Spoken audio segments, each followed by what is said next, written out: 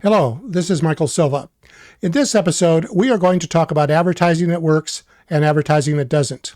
In my more than 35 years as an independent security consultant, I have tried many different types of advertising, and sadly, most were a complete waste of money. I often ask other successful independent security consultants what they would do differently if they were starting over today.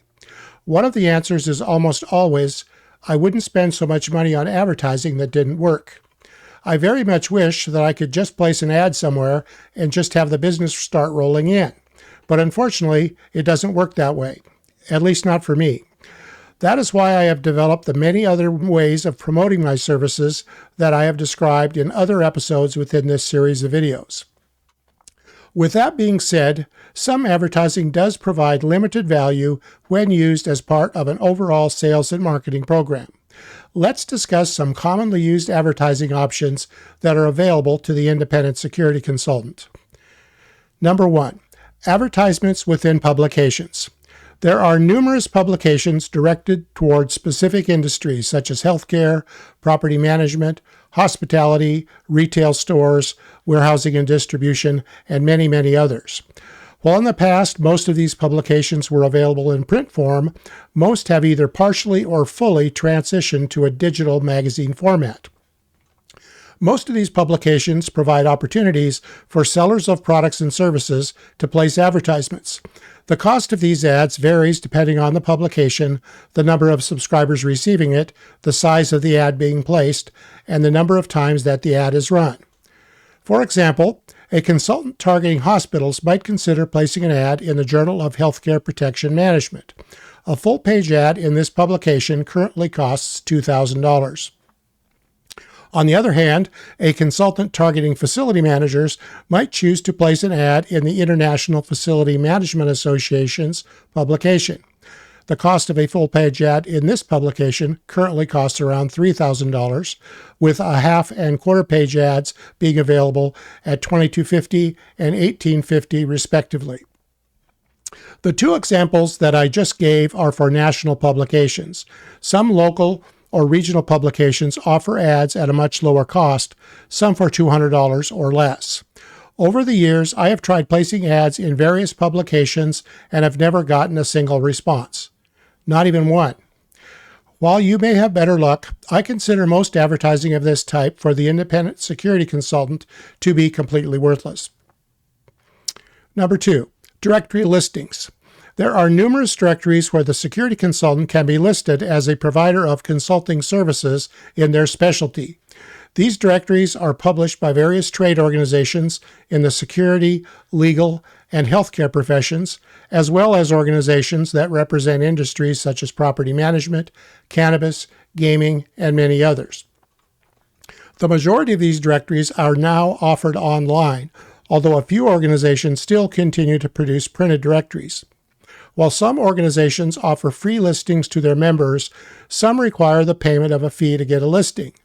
Most directories also offer the opportunity to purchase expanding listings or display ads. I have obtained both free and paid listings in various types of directories over the years, but like with advertisements in publications, I have never received a single bit of business as a result of a directory listings.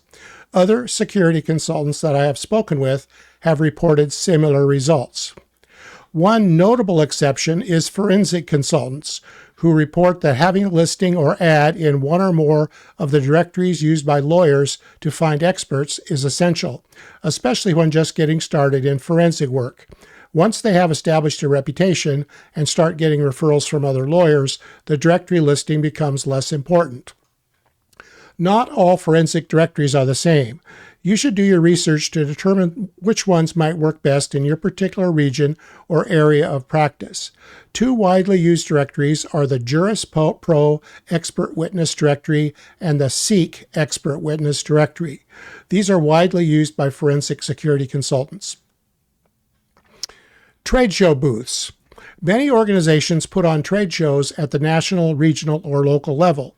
In many cases, they offer the opportunity for sponsors to purchase booths at these shows. While most sponsors are sellers of products, providers of services such as security consulting can also purchase a booth. The cost of a trade show booth varies dramatically, with the cost of a booth at some national shows ranging between $25,000 and $100,000 or more. The cost of a booth at a regional or local show typically ranges between $500 and $5,000, depending on the size of the event. In addition to the cost of the booth, there is also often extra charges to rent the chairs and tables and to obtain internet service. My only experience with trade show booth is at the national level during the short time I was working for a large international risk consulting firm. During the days that I staffed the booth, there were few people stopping by the booth, and the ones that did stop were usually just friends or industry colleagues stopping by to say hi. We also got quite a few visits from other vendors at the show wanting to sell us something.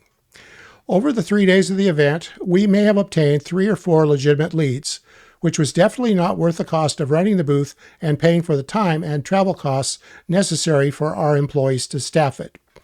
The lower costs of some of the smaller regional and local shows may make them affordable to some consultants, but I would definitely weigh the costs against the benefits.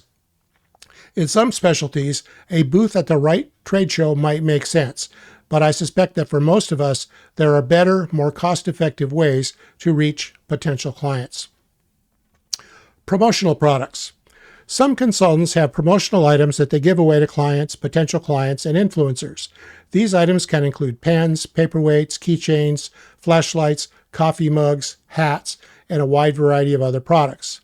The products usually include the consultant's logo and name, and may also include a telephone number and other contact information.